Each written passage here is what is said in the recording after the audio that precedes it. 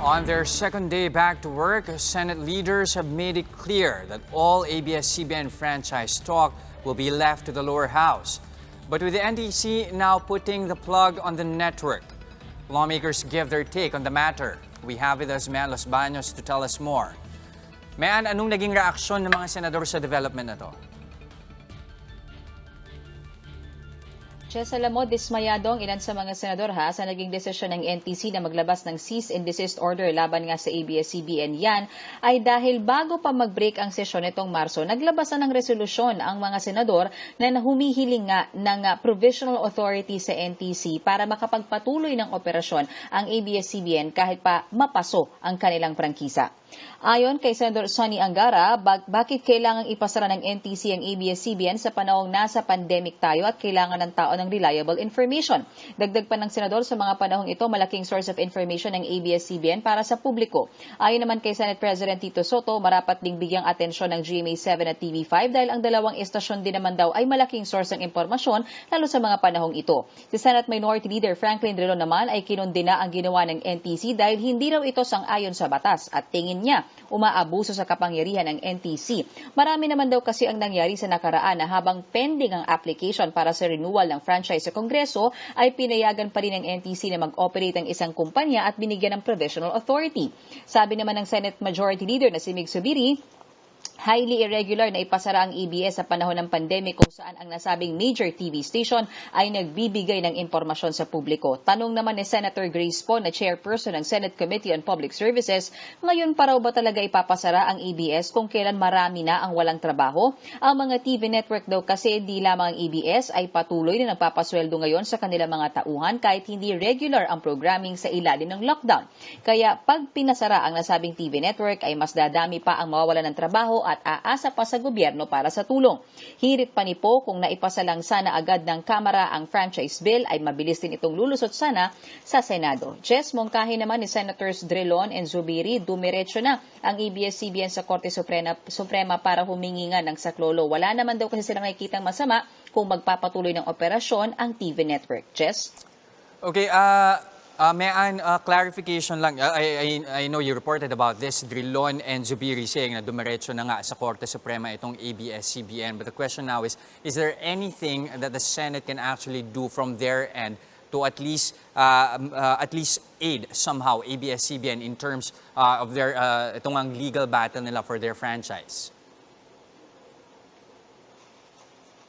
Jess, alam mo, the Senate has done its part, sa totoo lang. Bago pa nga yung break nitong March, naglabas na sila ng resolution. Yun yung hinihingi ng NTC, concurrent resolution. So ang Senate, naglabas siya ng resolution, humihiling siya ng provisional authority for ABS-CBN. Tanda ko pa, noong March 11, huling araw ng sesyon, nagkaroon pa ng konting seremonya doon sa plenaryo para personal na ibigay kay NTC Deputy Commissioner Cabarrios itong sense of the Senate na ito. At nung na-interview namin si Deputy Commissioner Cabarrios, sinabi pa niya na ibibigay yung provisional authority after mapaso yung prangkisa. So, right now, ang magagawa lang ng Senado, hintayin ang Kamara na matapos ito maipasa kasi naman sa Senate, wala naman daw talagang problema. Bagamat, sinabi na ni Senator Drilon kanina, hindi sila masyadong hopeful na matatapos agad ng Kamara itong pagdinig sa prangkisa ng ABS-CBN. Jess?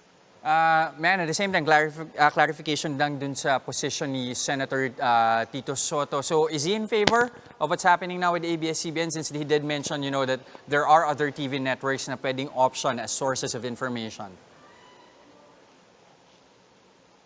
Hindi naman. Hindi naman niya sinabi na in favor siya sa shutdown. I think yung kanyang naging sagot, kasi unang nagsalita sa session kanina si Senator Sonny Angara at ang sabi niya kasi, yun nga, reliable source of information ng ABS-CBN. So kung isa-shutdown nyo, saan na tayo kukuha ng impormasyon? Sabi niya, sa internet ba, puro fake news. Kaya nagsalita si Senate President Soto na hindi naman. Sabi niya, may iba namang networks like GMA and TV5 na pwede ring panggalingan ng impormasyon sa panahon ito, lalo sa panahon ng pandemic. Pero hindi ibig sabihin na pabor siya sa shutdown ng ABS, Jess. So, overall, Ann, can you sense a bit of a frustration on the end of the Senate sa nangyayari ngayon? Considering that, especially since they were at least one of the bodies that's really adamant prior to this whole ECQ na maipasa nga or mabigyan ng provisional authority itong ABS-CBN. Yes, karamihan sa mga senador, una, wala sa agenda kanina yung usapin ng ABS-CBN pero the moment na na-break yung balita na naglabas ng cease and desist order, hindi napigilan yung mga senador na magsalita doon sa sesyon. Pangalawa, pakiramdam ng mga senador, naalala ko yung sabi ni Senator Risa Ontiveros, ginawa na nila lahat para lang magbigyan ng provisional authority itong ABS-CBN. Kasi sa hearing ni Senator Grace po, ang sinasabi ng NTC doon, kailangan nila ng resolusyon coming from the Congress kasi nga sa Kongreso, sa Kamara at sa Senado, nakabinbin yung prangkisa ng ABS-CBN. So, ang sinasabi ng NTC, pag bigyan nyo kami ng resolusyon, bibigyan namin sila ng provisional authority. So, ang sinasabi ng senators ngayon, nagbigay kami ng resolusyon. So, ano pa ba ang gusto nyo? Kaya, medyo in shock at hindi makapaniwala itong mga senador na imbis na provisional authority, cease and desist order ang nilabas ng NTC. Jess. And lastly, over in Congress, I think, if I'm not mistaken, they are going to call on officials of the NTC for a show cause order, possibly citing them for contempt. Meron bang posibleng maging ganung move from the Senate? So far, wala kaming narinig na ganyang move. Kasi kanina, nung pumasok yung balitang yan, in shock yung mga senators. Basically, ang sinabi nila kanina sa session, sa habang nagsesesyon, yung kanila lamang nararamdaman. At yung pinaka nakita ko lang na aksyon, yung may suggestion, si Senator Zubiri nga, tsaka si Senator Dulon, na para sa kanila, parang more of like, wag nyo nang hintayin yung prangkisa. More of, dumiretso na kayo sa Supreme Court, doon na kayo humingi ng tulong para mas mabilis. Yun ang sinasabi nila, Jess. All right, thank you for those updates. That was News 5's Ann Los Baños.